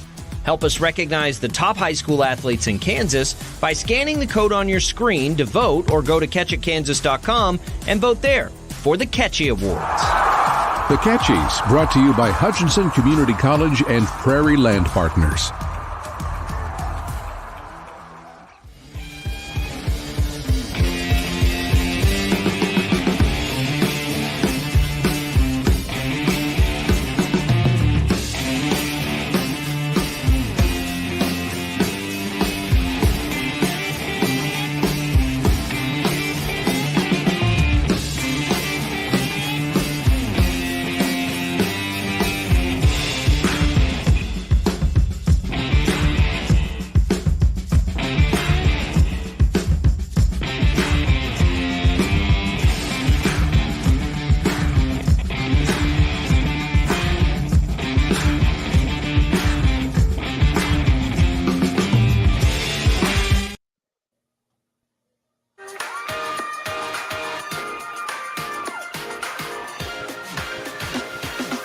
This portion of the program brought to you by Crestview Country Club. We appreciate Crestview's support. Tommy and I, both members out there, we both use it all the time, almost daily. Between my wife trying to play tennis, I try to get out for a little golf. We're at the pool all the time.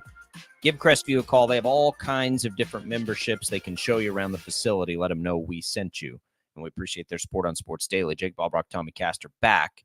Tommy, help me with this. We already knew who KU was playing basketball in the non-con, right? Like, we're just getting the details on when those games are. Like, we're getting all these schedule releases. And I'm like, I mean, I'm not marking my calendar in July. Like, I think we already knew who everybody's playing. One caveat to that, though, yesterday, we do get news that Wichita State and UNI will play basketball. Now, we didn't know that. I just want to make sure as I see KU, we already know who they're playing. Wichita State and UNI add the game. It's a home and home. They'll play the first one here this year at Charles Koch Arena. I love that. That's a great Old Valley rivalry. And get this. You know what the all-time series record there is in that one? I don't know. What is it? 28-28. I love it. It's a deadlock. I love it. The last time they played at Charles Koch Arena in 2017 was lit. That was a really, really cool environment. So I'm glad they're playing that game. That should be a lot of fun. And I know Old Valley fans will really like that. Yeah, and that was really one of the major things that I was bummed about when the Shockers left the Valley, and they left the Valley for good reason. I think everybody always looks at, okay, you know, Wichita State and Creighton was the rivalry for a long time, and it was. Wichita State and Drake to an extent. Wichita State and Missouri State. Like, there were some other ones that were there. But really, I mean, like, I loved watching Wichita State play UNI. And it seemed like, you know, you had a couple of programs that always, you know, whether or not they were having tremendous success overall. Both teams always got up for that particular game. And it seemed to be, at least in my recollection, usually high-level basketball, really intense basketball matchups when those two teams would face off against each other. So I love the fact that these two teams are, going to be playing again. That's going to be awesome. And I love that it's a home and home. It does provide a little bit of nostalgia, for those people that remember when both of those teams were in the Valley. Yeah, listen, I think you got to have that juice. We got to get people excited to go to the arena. We mentioned KU's. KU's non-conference this year. Loaded. Tommy. It is a loaded non-conference. North Carolina State, Michigan State, Duke, Creighton, Missouri, and this newly expanded Big 12. I mean, come on now. That is just wild. That is a wild schedule. Man, they do not back off of just a crazy schedule. I wish Wichita State was on there. The only criticism I have is, I think when I looked at the schedule, the Kansas-North Carolina game is not on a weekend. I think it's a weeknight game. Like, come on, we make that a weekend game? I think that'd be a lot more fun to watch on a weekend than on I don't even remember what night of the week it is, or random Tuesday night or whatever it is. And don't say they don't play tough road ones. They go to Missouri and to Creighton. So here we go. It's gonna be great. All right, we'll come back. We'll put a bow on it. We'll tell you what's on the network today when we finish on a Thursday Sports Daily.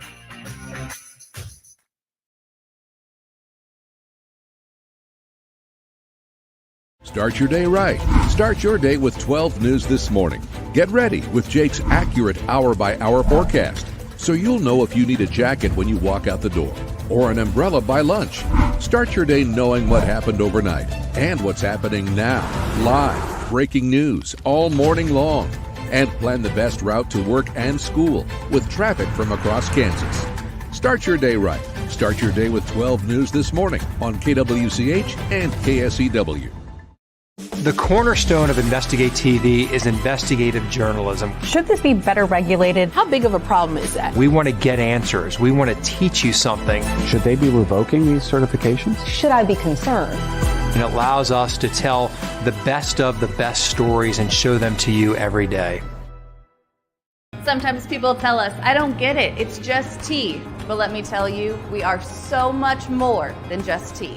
With more than 25 flavors, the possibilities are endless. Come on in and try them all for free to find your favorite, or get us on the go for your busy lifestyle. And don't miss happy hour every day for half-price cups of tea. So the next time someone tells you it's just tea, tell them to come by and find out why we say, drink tea, be happy. Clouds are not just the canvas of our imagination. They tell a story. Clouds affect the events of your day. Sometimes they growl, sometimes they inspire, but they're always the messengers of nature's mood written in the sky. Storm Team 12 understands the language of clouds. We're dedicated to decoding their message so you know what to expect. Behind every cloud, there is a story waiting to be told. Trust Ross Jansen and Storm Team 12, alerting you first to the impact on your life. When you need help, remember, you're not alone. We are here. We are neighbors. We are together. We are Kansas.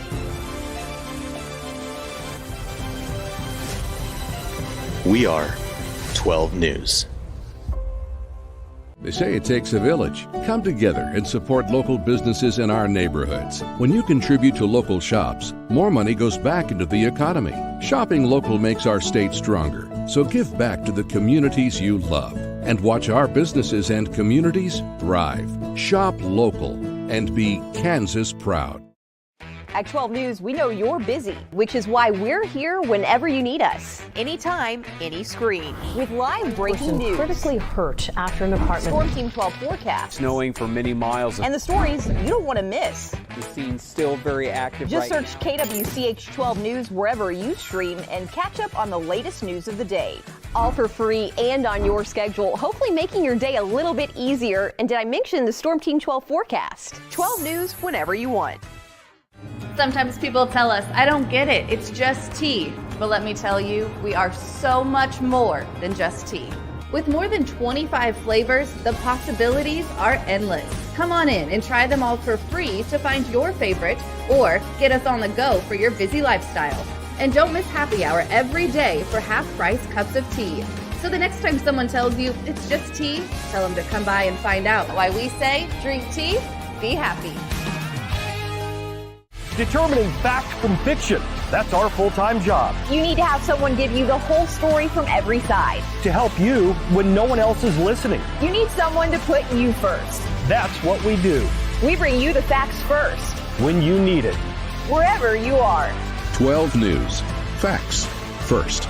The Catchies are back. No matter the sport, no matter the school. Highlighting the best overall high school boys and girls athletes in the state. Now's the time to vote for who takes home a Catchie. Help us recognize the top high school athletes in Kansas by scanning the code on your screen to vote, or go to catchitkansas.com and vote there for the Catchie Awards. The Catchies, brought to you by Hutchinson Community College and Prairie Land Partners.